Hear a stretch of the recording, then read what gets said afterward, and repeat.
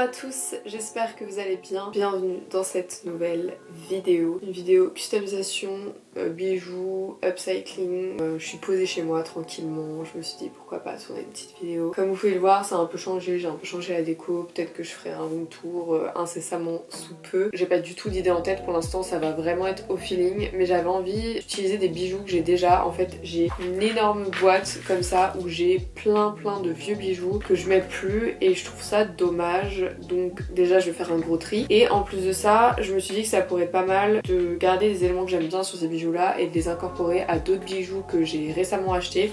J'en ai acheté pas mal sur Le Bon Coin. Le Bon Coin, vous savez que je suis en collaboration avec eux déjà depuis un moment et que j'adore, je trouve tout sur Le Bon Coin. Et j'ai chopé des petits bijoux assez cool, colliers de perles, enfin vous allez voir avec des petits pendentifs. Il y en a que j'ai acheté que j'aimais pas trop mais que je pensais faire quelque chose de cool avec. Enfin il y avait des petits éléments que j'aimais bien à l'intérieur. Donc pourquoi pas modifier tout ça. On va faire ça ensemble ce soir et discuter un peu de la rentrée, de ce qui va se passer cette année, etc. C'est une année pleine de projets encore. J'ai trop hâte. Voilà, je suis un peu dispersée, fatiguée, mais ça c'est parce que ça fait déjà une semaine que j'ai repris et il s'est passé tellement de choses en une semaine. Je vous ai vlogué tout ça bien évidemment, je vous ai vlogué ma rentrée, la rentrée de Relique, etc.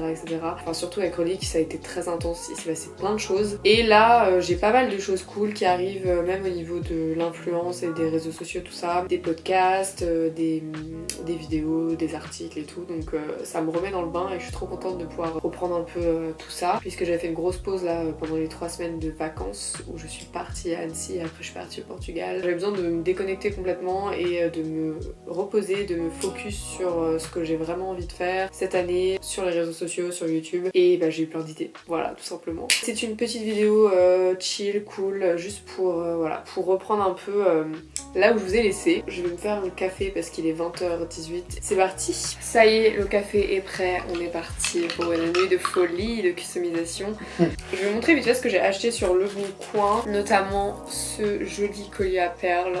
J'aime trop les colliers à perles, je trouve ça trop beau. J'en ai un là aussi que j'avais trouvé au dressing de Clara Berry. Je l'aime trop. Là j'ai trouvé un collier à perles où c'est les mêmes couleurs de perles, du coup je peux faire un doublon. J'aime beaucoup. Je vais essayer de le custom, de faire un truc, de mettre peut-être un petit pendentif.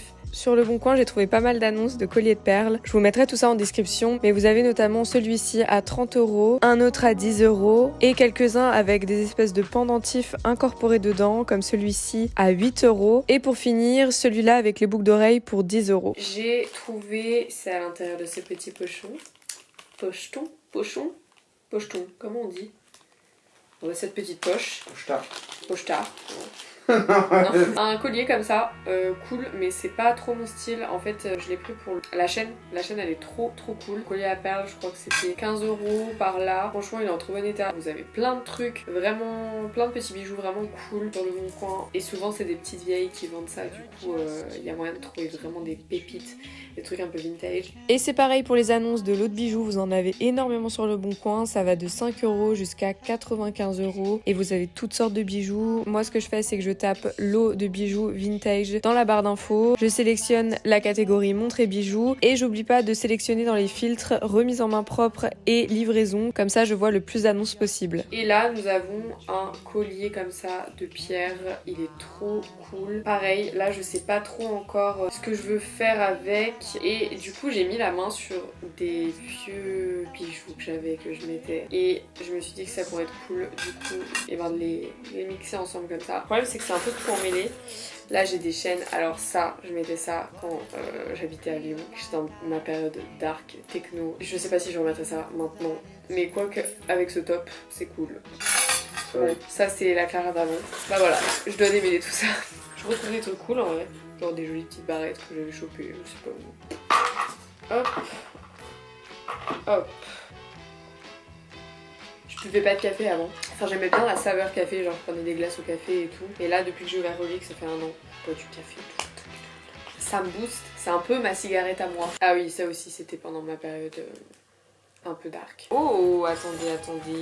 Mais oui, il y en a plusieurs qui sont trop bien, mais qui sont pris dans cette spirale infernale. Oui, ça, je l'aimais trop aussi. C'est un espèce de rat du cou, pareil, avec des anneaux. Ah bah oui, là on a pas mal de trucs ici.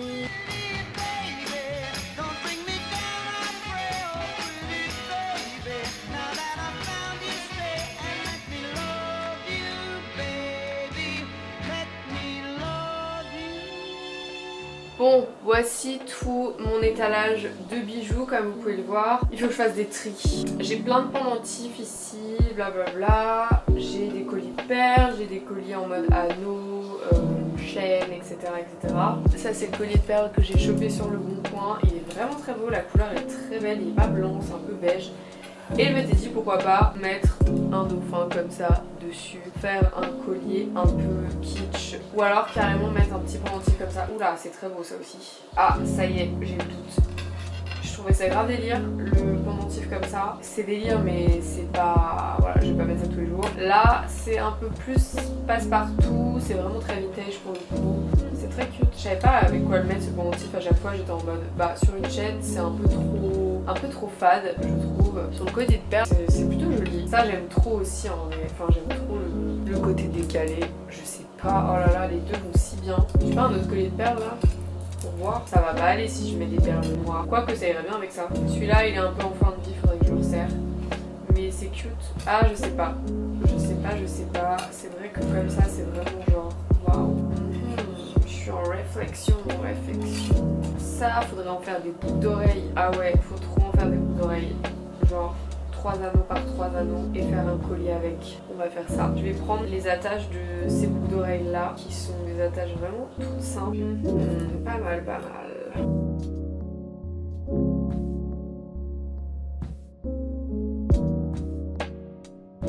Je pense que ça va pas non plus me prendre des années de faire cet upcycling. J'ai déjà plein d'idées. Je vais demander sur Insta des petites questions comme ça, on va faire une petite FAQ. Comme ça, le temps de faire mes petits bijoux, vous allez me poser des questions et j'y répondrai après, une fois que j'aurai terminé ça, avec mes petits bijoux sur moi. Le problème c'est que j'ai pas les bons outils aussi. J'ai pas, vous savez, les pinces exprès pour manipuler les bijoux. Donc on va faire un peu ça à l'arrache avec des ciseaux. J'espère ne pas me couper, à ne pas me produire. J'en avais des pinces mais elles sont au bureau.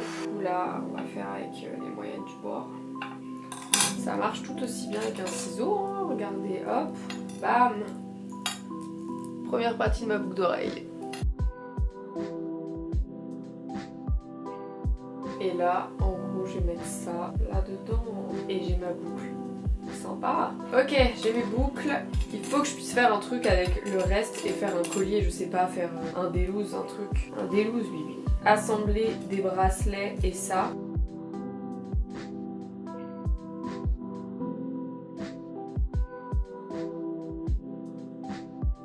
Genre là, littéralement, j'ai assemblé une partie du collier. J'ai gardé le fermoir du collier pour du coup mettre un premier bracelet. Et là, avec le fermoir de ce bracelet là, je vais mettre un autre bracelet. Et avec ce fermoir ici, je vais refermer mon collier tout simplement.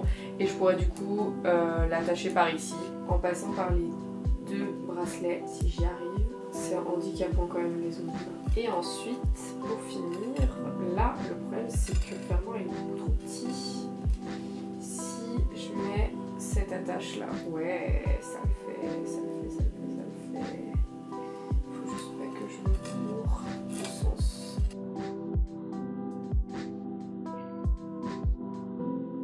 Et bah voilà, si c'est pas beau ça, un collier avec les deux boucles d'oreilles. Tada! Ça c'est fait. Je verrai après ce que ça donne si je rajoute pas un truc, un petit pendentif. On va mettre des options sur ça. Hop. Simple, efficace, mais petit pendentif sur collier de perles. Voilà, ça va faire son effet. Il faut juste que je mette mon pendentif au bon endroit sur le collier.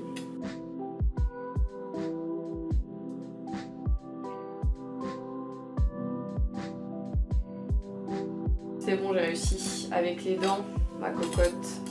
C'est beau! C'est vraiment beau ça. Simple, efficace, mais vous voyez comme quoi on rajoute un petit pendentif au collier de perles là. Ça fait un peu renaissance, je sais pas comment dire, mais c'est vraiment cute. Ça c'est beaucoup plus moderne, mais ça va faire son effet aussi. Voilà. Ça je pense pas que je vais l'utiliser. Tac. J'avais dit que je faisais un truc avec cette chaîne, mais là c'est compliqué. Complicado. Ça je pourrais l'utiliser avec ça. En vrai je pourrais mettre les couteaux dessus. J'ai peut-être une idée.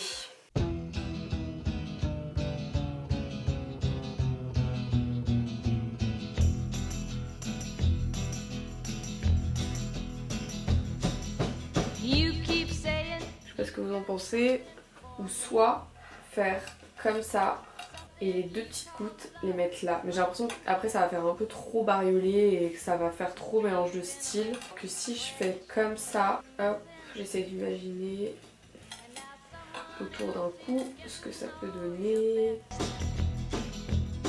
These boots are made for walking, and that's just what they'll do. One of these days these boots are gonna walk all over you.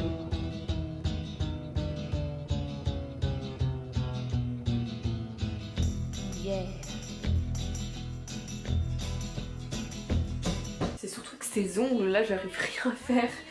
Ils sont beaucoup trop longs, j'ai hâte de les couper. Oh, évidemment, j'ai perdu le repère. Je sais plus où je dois le mettre. Comme ça, tac. Ah, c'est beaucoup trop dur. Ok, je vais fermer avec les dents. Je vais y aller avec les dents. On a tous fait ça pour réparer un bijou. Au moins une fois dans ma vie. Yes! On en a un de fait. And that's just what they'll do. One of these days these boots are gonna walk all over you.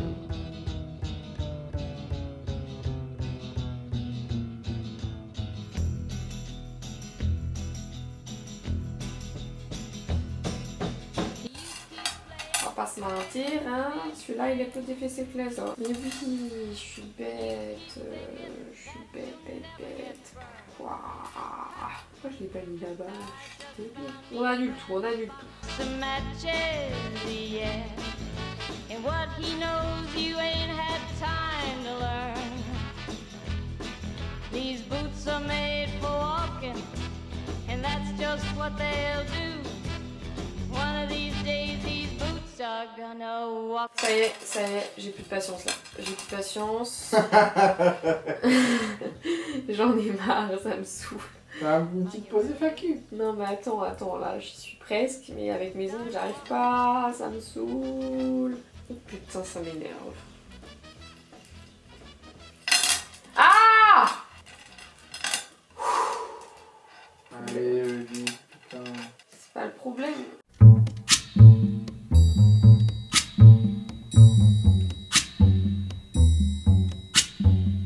Voilà. On commence à être pas mal là. 3 petits upcycling de bijoux. Cool.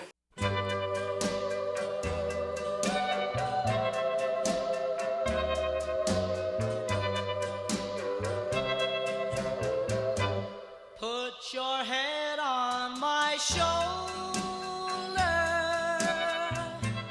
Hold me in your arms, baby. Squeeze me oh so tight.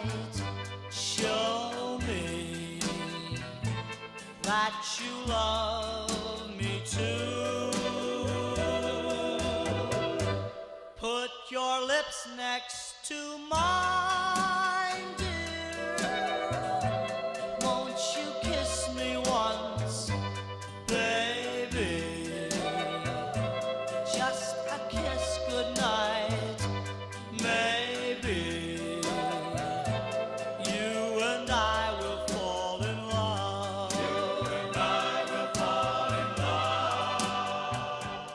Je pense que ça, c'est mes pièces préférées. Rappelez-vous, c'était un espèce de choker, mais je savais que j'allais plus le mettre. Et là, c'est très cool en boucle d'oreille comme ça, je suis très contente. Qu'est-ce que vous en pensez? Dites-moi en commentaire. Bon, les amis, j'ai fini mes petits upcycling. On va passer à la partie FAQ. Je garde mes boucles d'oreilles parce que franchement, je suis assez fière. Je les trouve belles, minimalistes. Je vais manger en même temps parce que entre temps, Lilian a fait à manger. Il est quand même 22h30. Il faut que je m'alimente. Je vous ai demandé de me poser des questions sur Instagram et je vais essayer d'être brève parce que j'ai tendance à m'étaler et à parler une fois que je suis lancée dans un sujet. Donc je vais sélectionner les questions les plus pertinentes que j'ai eues ce soir. Donc la première, tu trouves pas que tu délaisses un peu YouTube pour ta fripe? Et oui, je suis complètement d'accord. C'est un peu une question et une affirmation en même temps. Mais oui, j'ai l'impression de délaisser YouTube parce que ma friperie me prend énormément de temps. La gérer les nouveaux projets, gérer les gens, gérer la marchandise, gérer tout ça, ça me prend énormément de temps. Et ça me frustre, mais tellement si vous saviez, de délaisser cette partie que j'adorais dans ma vie. Et c'est pour ça que là, ça fait des mois que je travaille sur le fait de trouver un équilibre et de pouvoir me libérer du temps. Pendant plusieurs mois, là, j'étais un peu peu dans un mood où je faisais des vidéos mais j'étais un peu...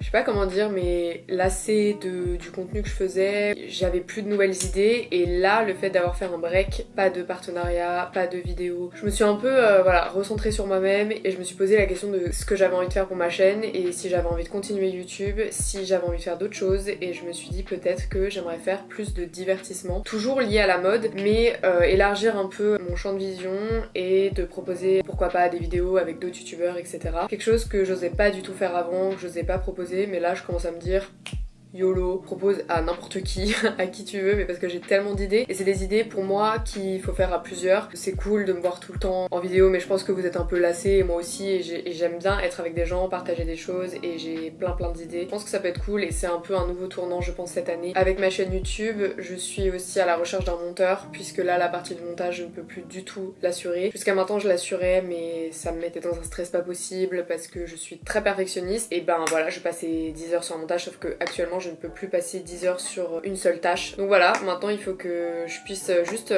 trouver mon équilibre, mais ça a été très dur cette année de trouver un équilibre, parce que vraiment c'était les montagnes russes, entre le confinement, entre le couvre-feu, toutes ces galères là, le personnel aussi, trouver des gens de confiance, et être tous un peu dans une stabilité et une routine où chacun sait ce qu'il a à faire, et c'est fluide.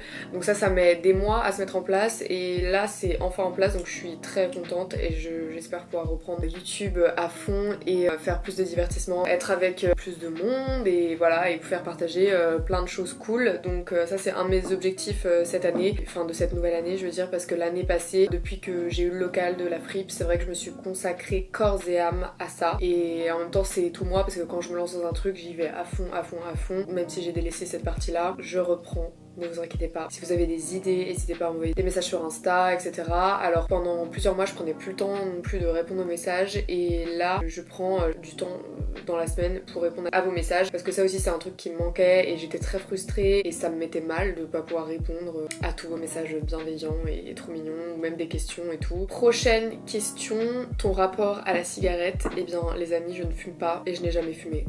Donc zéro rapport avec la cigarette. Avec du recul, qu'est-ce que tu dirais à la Clara qui se lance dans cette grande aventure? Eh bien je lui dirais... Je pense que je lui dirais rien, parce que sinon je l'aurais pas fait honnêtement. Des fois je me dis quand même dans quelle merde je me suis foutue, et après je vois toutes les choses positives que ça m'apporte, et toute la stimulation aussi que ça m'apporte, et que ça apporte à tout mon entourage. Le fait d'avoir un projet commun et de le faire évoluer, c'est je pense quelque chose de très cool, surtout de travailler avec ses potes. C'est vraiment un luxe, dans le sens où il y a vraiment une super bonne ambiance, et tout le monde est hyper bienveillant les uns envers les autres, et ça c'est pas quelque chose que tu retrouves dans tous les tafs, parce que dans tous les tafs, bah, des fois tu te retrouves avec des cons, avec des gens que t'aimes pas, et là c'est pas le cas. Moi j'essaie vraiment de former une team hyper soudée. Pour moi c'est très important, surtout dans du travail d'équipe comme ça, sachant qu'en plus moi je suis assez solitaire de base. J'ai besoin d'être avec des gens en qui j'ai confiance, et avec qui je m'entends bien, et avec qui je rigole. Franchement je lui dirais rien à la Clara de il y a 1 an et demi, je lui dirais rien du tout, parce que sinon j'aurais rien fait, et je regrette rien, je regretterai jamais. De toute façon quand j'ai une idée en tête, j'y vais tête baissée, et je fais les choses jusqu'au bout. Donc voilà, c'est juste que ça a pas été une année facile pour se lancer vis-à-vis du Covid, et c'était vraiment très chiant, on va pas se mentir. Force à tous ceux qui ont lancé leur business et leur entreprise, et même qui se sont mis en auto-entrepreneuriat cette année. Eh bien on est tous dans le même bateau, voilà. Ensuite, petite question mignonne, comment tu as rencontré ton copain Lilian? Comment on s'est rencontrés? Au nouvel an. C'était il y a quoi, 10 ans? Ça nous rajeunit pas. C'est nouvel an 2012, non? Et bah ouais, c'est ça. C'était au nouvel an 2012, donc ça va bientôt faire 10 ans qu'on se connaît. Là ça va faire 7 ans qu'on est ensemble. Et pour l'anecdote, je peux la raconter l'anecdote, en vrai elle est trop mignonne. On était là à ce nouvel an, et il y avait beaucoup de gens, et on se connaissait pas du tout, et Lilian il avait un peu flashé sur moi, et j'avais mis une musique à cette époque là. C'était quoi la musique déjà? Métronomie. J'avais mis cette musique au 31, parce que tout le monde se faisait passer un peu l'iPod à l'époque pour mettre les musiques, et moi j'avais mis cette musique là, et du coup lui, vu qu'il avait un peu flashé sur moi pendant la soirée, pendant un petit moment, bah il écoutait tout le temps cette musique, genre c'est cute, parce que c'était moi qui l'avais mis. Comment vois-tu vois-tu l'avenir de Relique? Eh bien je vois l'avenir en grand, je vois toujours les choses en grand. Mais là pour l'instant, honnêtement, je pense qu'on va se calmer un peu avec toutes ces nouvelles choses. Alors là, je vous le dis, mais vous allez le voir dans des prochaines vidéos, on ouvre 2 nouveaux points de vente sur Paris. Mais c'est pas une boutique physique comme ça, je peux pas en dire trop parce qu'on n'a pas fait de com là-dessus, c'est pas encore terminé, c'est fait, c'est signé, c'est tout, mais juste on est encore en cours d'aménagement et tout ça, donc je vous en parlerai en temps voulu. Mais c'est un projet qu'on prépare depuis déjà 4-5 mois, et là ça sort à la rentrée, là tout de suite, vous allez en entendre parler sûrement à la fin de la semaine quand j'aurai posté cette vidéo, et c'est trop cool. Mais vu que ça nous a pris quand même 5 mois de préparation et que ça faisait beaucoup de choses à organiser, en même temps gérer la boutique, en même temps gérer un peu mes réseaux sociaux, etc., ça faisait trop. J'ai réalisé que ça faisait trop d'un coup, donc on l'a fait parce qu'on était lancé, mais je pense que là on va se calmer un peu pendant 1 ou 2 ans vis-à-vis de Relique, on va voir comment ça fonctionne, il faut voir sur le long terme aussi la boutique comment elle fonctionne et tout, et avant de réinvestir de l'argent dans d'autres projets, on va attendre un peu, on va faire un peu de trésorerie parce qu'on ne sait pas de quoi demain est fait, donc on va se calmer un peu et puis on verra. Sur le long terme, j'ai encore plein de projets, trop bien, et même toute la team Relique, ils ont tout le temps des idées, des trucs, on est inarrêtable, voilà. Alors, les amis, je suis vraiment navrée, mais il y a un bout de mozza qui a décidé de rester collé à un coin de ma lèvre, donc je suis navrée. Essayez de faire abstraction, merci, bisous. Quelles sont les études que tu as faites? Je n'ai pas fait d'études, enfin j'ai eu le bac, après je suis partie à Lyon, j'ai commencé un bachelor en photographie, et j'ai même pas fini mon année scolaire. J'ai arrêté mes études parce que, je l'ai déjà dit dans des vidéos, mais c'était trop dur pour moi de travailler après les cours, d'aller en cours toute la journée. Franchement, je faisais des 60 heures par semaine, mais j'y prenais aucun plaisir. C'est-à-dire que je travaillais à Subway, donc ça va, il y avait pire franchement comme taf, mais c'est juste que je travaillais le soir jusqu'à 22-23 heures, c'est moi qui fermais la boutique, et le lendemain matin j'avais cours à 8h du matin, et j'avais l'impression de m'ennuyer, d'avoir payé franchement mes études à un bras pour que dalle. Donc j'ai dit stop, on arrête les frais, tu déménages à Paris, tu te bouges le cul, tu fais des trucs, tu travailles, t'essayes de faire des contacts, essaye de lancer des projets, etc., etc. Donc du coup je suis montée à Paris avec mon copain Lilian, et on a chacun de notre côté essayé de lancer nos petits projets, et aussi un projet commun qui est Relique, parce qu'à la base c'était une marque d'upcycling, maintenant ça a évolué en boutique de seconde main, mais on a toujours plein de projets d'upcycling vis-à-vis de ça. On n'a pas assez de temps malheureusement. Voilà, j'ai pas vraiment fait d'études, j'ai fait un bachelor en photographie, l'année je l'ai même pas validé, et de toute façon j'étais pas prédestinée à faire de grandes études, je l'ai toujours su, moi les parcours scolaires ça me saoule, c'est pas mon truc, et après voilà, c'est comme ça, il y a des gens qui adorent et qui sont hyper studieux, bah moi je suis pas du tout studieuse, j'aime faire les choses à ma manière, à ma sauce et à mon rythme surtout, donc il y a pas de mal à pas vouloir faire d'études ou à pas kiffer les études, vraiment. Il y a plein de gens qui réussissent et qui ont pas fait d'études, il y a plein de gens qui réussissent qui ont fait des études, enfin vraiment pour moi c'est juste une question de détermination et d'ambition, ça s'arrête là. Il y a des métiers, voilà, t'es obligé de faire des études parce que t'as beaucoup de théorie, et il y a aussi d'autres métiers où t'as besoin de beaucoup de pratique, et pour ça il y a rien de mieux que mettre un pied dans le monde du travail jeune, et c'est ce que j'ai fait, et je ne regrette pas. Voilà. Comment est-ce que tu as cultivé ta culture au sujet du vintage? Bah j'ai toujours un peu baigné là-dedans, mes parents voilà, achetaient des meubles de seconde main, mon père il les retapait, ma mère m'a toujours emmenée dans des boutiques associatives et tout pour acheter des vêtements parce qu'on n'avait pas trop de sous quand j'étais plus jeune. J'ai toujours consommé de la seconde main en vrai, et j'ai toujours kiffé aller chiner. J'ai fait énormément de brocantes à Annecy avec ma cousine Emmanuelle, elle m'emmenait faire des brocantes et j'adorais ça, et je vendais mes petites affaires, j'en rachetais et tout, donc vraiment c'est un truc que je fais depuis toujours, et toute ma famille est un peu là-dedans, donc c'est cool. C'est quoi tes goûts en termes de cinéma? Je l'ai déjà dit plein de fois franchement, mes 2 réalisateurs préférés c'est Wes Anderson et Tim Burton. Big Fish c'est mon film préféré depuis que je suis toute petite, je l'adore. Et sinon mon réalisateur préféré pour les séries c'est Ryan Murphy, qui a réalisé American Horror Story, qui a réalisé Hollywood, qui est une série incroyable, Ratched, toutes ces séries sont ouf, vraiment elles sont ouf, j'ai rien à dire. Ratched, les décors c'est un truc de malade, Hollywood, toute l'histoire, les décors incroyables, j'adore. Ta relation avec ton frère a toujours été aussi fusionnelle, on vous voit beaucoup à 2, vacances, taf, etc. Alors il faut savoir que non, ça n'a pas toujours été comme ça. Mon frère il est très protecteur, même trop protecteur, et quand j'étais plus jeune, vraiment ça me saoulait, donc on se prenait souvent la tête, franchement c'était relou, il était relou. Avant ça on était vachement proches, mais après il y a eu un truc au lycée, je sais pas, c'est après ça que c'est parti un peu en couille, on pouvait plus supporter, franchement trop relou, et il s'est calmé avec le temps, et surtout en fait je suis partie de la maison bien avant lui. Moi je suis partie, j'avais 18, j'allais avoir 19 ans, enfin Dès que j'ai eu mon bac, je suis partie et voilà, ça fait déjà 5 ans que j'habite toute seule. Et lui, mon frère, c'est la première année où il habite tout seul, donc c'est grand changement pour lui et tout.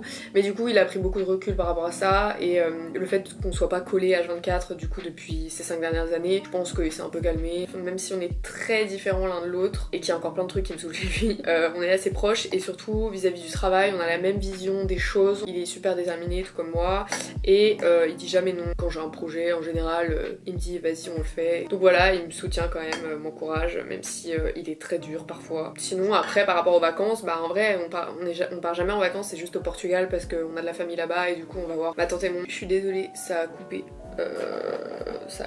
Bref, dernière question, puisque après je vais aller me coucher. Demain je me lève super tôt et je dois encore monter cette vidéo pour la poster demain. Quelle vie.